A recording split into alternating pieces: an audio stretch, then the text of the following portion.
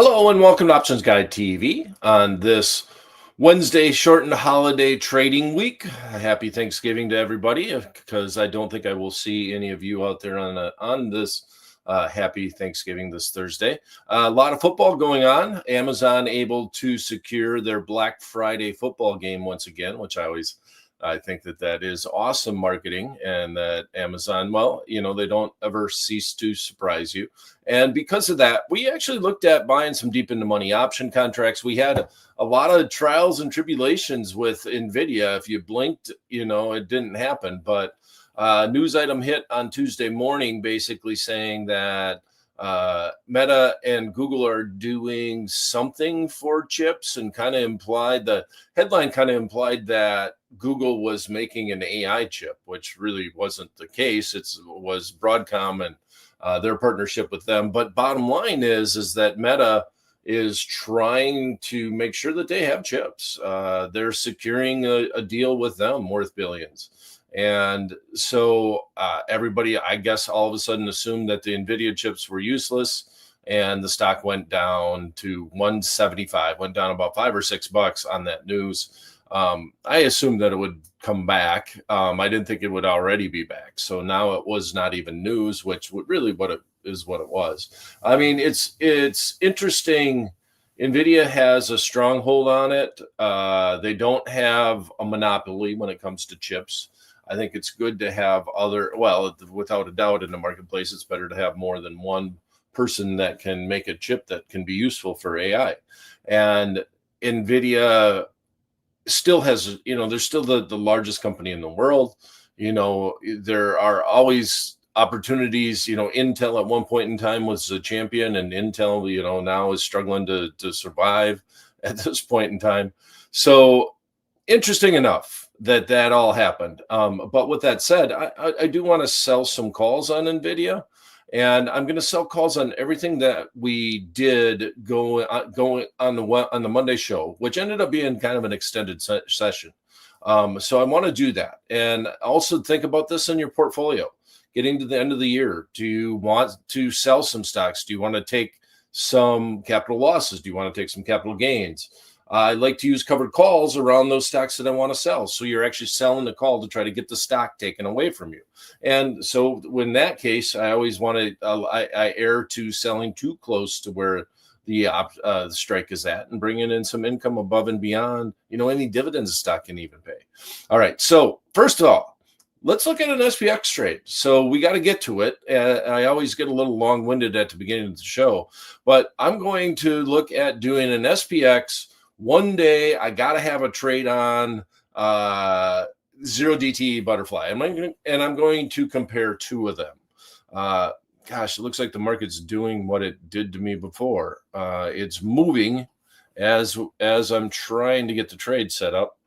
Yeah, we just made a fairly big jump in S&P already. It's up 0.69, about 0.75%. It's 68.12 right now.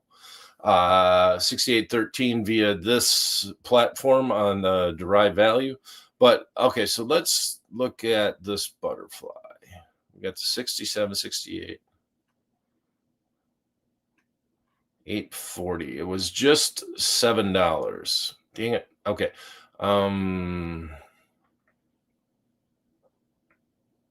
Let's adjust it. All right. So you're going to make me adjust it again. And I literally just set this up maybe 10 minutes ago. So we're going to be selling the 68.15. So that's going to be the middle strike. And I'll just adjust it down here. 68.15 is what we're going to sell. Then that makes us do the 68. We did 15.20. And then this becomes the 90. Yeah, 6,800. Well, and we did our butterfly did really well on the Monday show. We did a 0DTE butterfly on that Monday, and that trade actually turned out real well by the end of the day. And you see that because the market is, there we go. No, 6,800. Because the market's we were around 6,800 when we were doing the show on Monday, and we're already seeing the market at around 6,700, and we're already seeing the market at 6,800 right now. So if we lean into the bullishness, that's still expensive.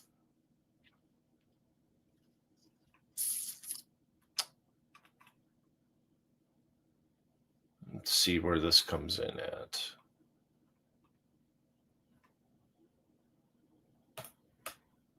So this, when I put it together to start with, it was 665. Now we're seeing this one trading at 770, but I got to just roll with it. Here we go. I would adjust it. It should be around, it should be closer to 7. I would adjust it to try to tweak with that, but we must be running 60. Well, time is decaying, I guess. I would think I'd be paying somewhere close to $7 on this trade. It was $6.55 when I set it up about a half hour ago. But here you go. This is where the trade is at. This is a 1 day. This is still fine. Now, I've always on the show done 10-point wide with a basically a $300 trade. It would be 10 points wide would be the maximum upside. But if I personally do them, I usually do them about 15 points wide. I do that just because I want it to be a fairly inexpensive trade. If you're a beginning option trader, didn't want to put out too much risk on a 0 DTE trader. So I usually pay just shy of $7 for this trade, but go 15 points wide and then stop short on the short spread at 5 points. So here's the broken wing butterfly. Market's at 68.16 right now. You're putting the trade on as of right here. You got 15 points that it can trade at. If it goes below this 6,800, well, then you're going to lose 770 on the trade. That's the maximum that you could lose. On the upside, if it goes up to this level, well, the maximum that you can make is 15 minus that 770. Or here it's kind of showing that it would be about 723. And then from here on up, you can make 240. Which is the difference between the widths of the strikes, which is 10 points, minus 5, which is the short strike. That means that, 15, I'm sorry, 15 minus 5 is 10. And we paid 770 for it. If this is the number that comes in, then the maximum we can make is $2.30. Market grabs something else, so it says 245 up here. But that's the open wing butterfly leaning to the upside. Market is finally behaving. It's staying fairly close to this level. And you can do that trade. Now, on a day like today, or even on Friday, where you don't expect a ton of movement, the market just started to pop just now, actually. But I also wanted to show you a long butterfly that I don't mind doing. That's in the same range. Now, we would have to adjust it and move the strike up. Like I said, this is where it was at.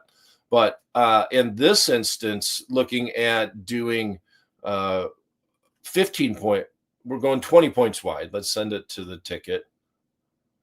And this is out of the money now. So it's saying $5 at this point in time. Trading right here where the break even is at. If we moved it over here, it would be cheaper. Market is going well, the market's starting to go against us, but it's to the upside. I guess we can adjust it. Let's go look at it real quick. Like we sent it to the ticket trading. Let's adjust it. We're going to go 20 points wide at 615. Okay, 615, 20 points wide. 95 buy, sell. And then we'll go 25, 35 buy. Okay, so that's trading for, it would have been down. So it was $5. Okay, so it's trading for $7 right here. And this was $6 when I first initially put it on for an at the money one. But if you see here, the one standard deviation move, and this is how I like to, if I'm going wide on a butterfly, important to get it done a little bit earlier. But you see you're right at the 1 standard deviation move. So here we're talking about the 20 delta, and down here this is going to be the 80 delta. But the 1 standard deviation move is right just beyond that and right just beyond that. And that's, a slim chance for the market to make the move in either direction. You're putting it on right now. You're going to take it off by between 1 and 2 o'clock.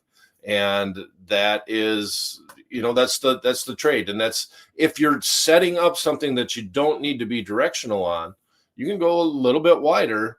You can get it done for a lot cheaper and able to stay within that 1 standard deviation move.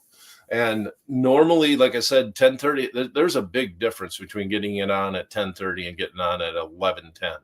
But these are the two trades that I'd like to look at. So let's send this to the what if calculator, and I'll just talk a little bit about the trade-offs.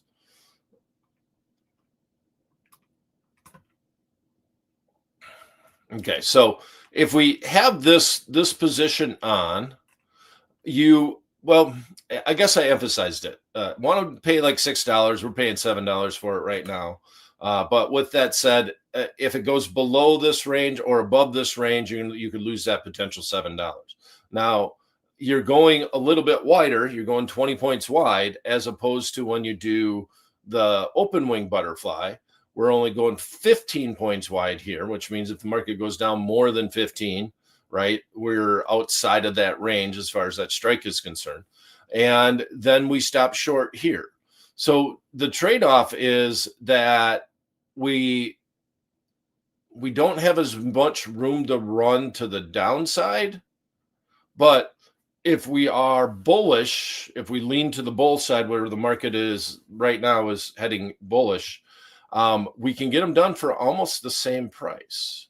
And I just kind of wanted to highlight that this is the traditional butterfly that a lot of people like to do. Just where did that go? Right here. Oh, this one. This is the traditional butterfly that a lot of people like to do, and they'll pay this. And there is some benefit of that you can go a little bit wider because you're not stopping short on the short spread. And to compare apples to apples, this is the trade-off. You're paying about as much for this standard butterfly as you would for the open wing butterfly. Trade-off is the precipice is 15 points, not 20 points. And the risk to the downside grabs you sooner than it does with the long butterfly. But then again, the risk to the upside, that also happens. And on the open wing butterfly, you don't have to worry about it. So if you're deciding what trade you want to do, now you know the rest of the story. And a day like today, or even like, well, Friday, you're really short. I don't even know what would happen on the open where they'd be trading because you got a half day. But if you're doing these type of trades, there are times where you just want to be neutral on the market, and today would be a day that I might be neutral. Like I'd put it on right now for $7 and hopefully by 1 or 2 o'clock sell it for 10, even though it's 20 points wide. That's what I would look at doing. Okay, let's sell some calls. Okay, quite simple in that. Get rid of this, send this to the ticket. We did a trade on Google, and Google was the benefactor of the news. As a matter of fact, Google was probably the biggest winner on that. Google is getting a lot of respect as far as what they're doing in AI and how they're trying to build it out. And they used to be they used to get taken out to the woodshed back in the day for their AI policy, right? But with this instance, we have Google right now at 260. We're going to sell a 350 strike call against it. And like I said, on a lot of these positions, if I buy a deep in the money call option and the stock runs up, I like to sell calls against it. And I'm bringing this up because what call option would we sell?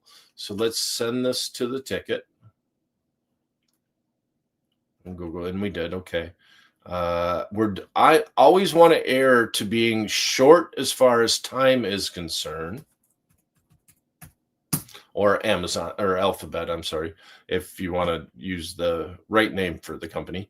But December 12th, 16 here. 12 days away, 16 days. December 12th, 16 days away. Right here on December 12th at 350, call option, sell to open.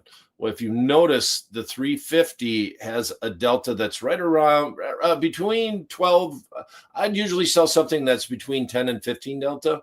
I'd like the 12 area. You're getting a decent amount of premium, but I don't want to sell something that's between the 15 and 20 area. That's too high of a probability of getting assigned. So on this call option, this is the one that I would choose. I, instead of going out 30 days, like if I own the stock, I might do, and selling something a little bit closer to the one standard deviation move, because you're not as concerned about getting assigned on it. Then I might, if I owned 100 shares of stock, this might be the expiration that I'm looking at. I don't. I own the right to buy 100 shares of stock. So I'm going to look at the December 12th call, 16 days away, and I'm going to bring in a lot less premium, but the risk of being assigned on that short call is a lot lower. And so that would be my theme. And I would do this on Google because Google's had that good run up, and now it's selling off a little bit, just like Nvidia's bouncing back. But take advantage of that run up that happened on the news on Tuesday, and then sell this call against this position heading into the holidays. I don't mind that at all. And periodically, I like to try to sell calls against the position. I don't always do it. I don't do it around earnings. I don't own the stock. I don't want to be assigned. I don't want to be surprised on it. So I want to sell this call option when there's some predictability in the marketplace. We just had earnings. There's always news could hit the market, but if it did, it would be blindsided news, not news that we know is coming. Right. And so in the Google situation, I think this is a great time to sell a call against that position. Now, go back to the what if calculator. I also set it up in Amazon because we looked at an Amazon deep in the money call option. I'll send that to Ticket. Go back to here, Amazon. And we have our deep in the money call position on Amazon, and we're in the same spot, right? Selling the 12 delta, going out 16 days, bringing in 88 cents. And I'm not excited about that. It's a little bit, trades at a little bit lower valuation than Google does as far as the total cost of the underlying stock. So because of that, we don't quite get as much. But then again, we didn't pay for as much as for our option contract. So I'm going to, instead of trying to target a $1 option, right, I'm looking at the delta saying about a 12.5% chance of it reaching, or at least finishing 1 cent in the money by the 16th of December. And so we're selling that 250 strike. And once again, same expiration. And the market's behaving.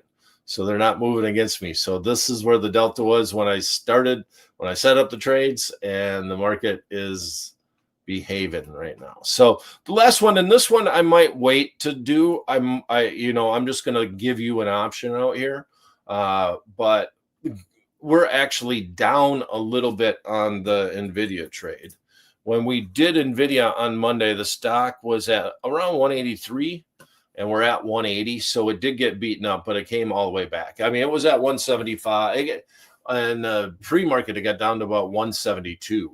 But it bounced back quickly. And now it's at 180. It's up again today, showing some strength to the upside, a little bit more momentum.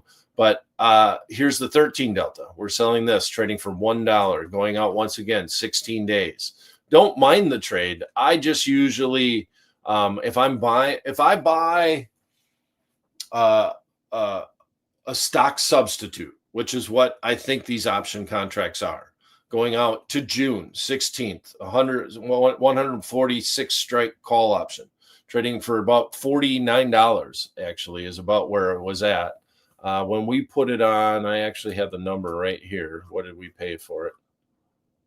$49.12 is what we paid for it. $49.12. So now it is now trading at, this whole trade here is at $46. So that would mean that we're down about $2. It's trading at $47, what is where our option is at. Now, if I put on those positions, I'd like to sell my first call option because the market went up and I had a profit in my long call So I'm selling a short call to protect myself a little bit.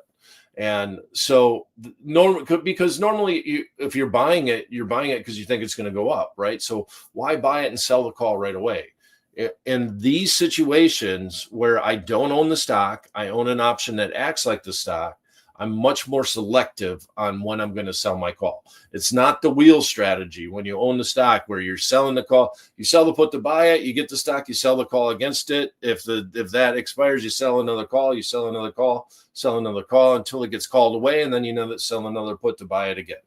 And that's the wheel strategy. I'm much more selective. I have a lot less at risk by buying this option contract relative to buying 100 shares of stock. And I'm just don't want to be assigned on my position. All right. That's it. That's it. Any questions?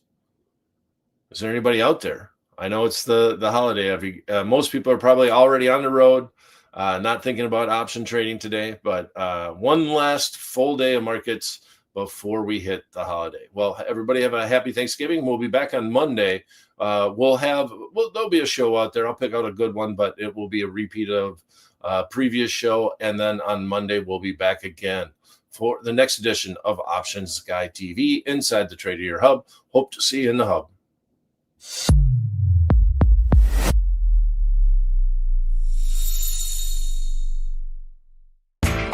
You know how the financial world goes. Here comes the buzzkill. Please make sure to take some time to read this boring disclaimer. We will owe you one.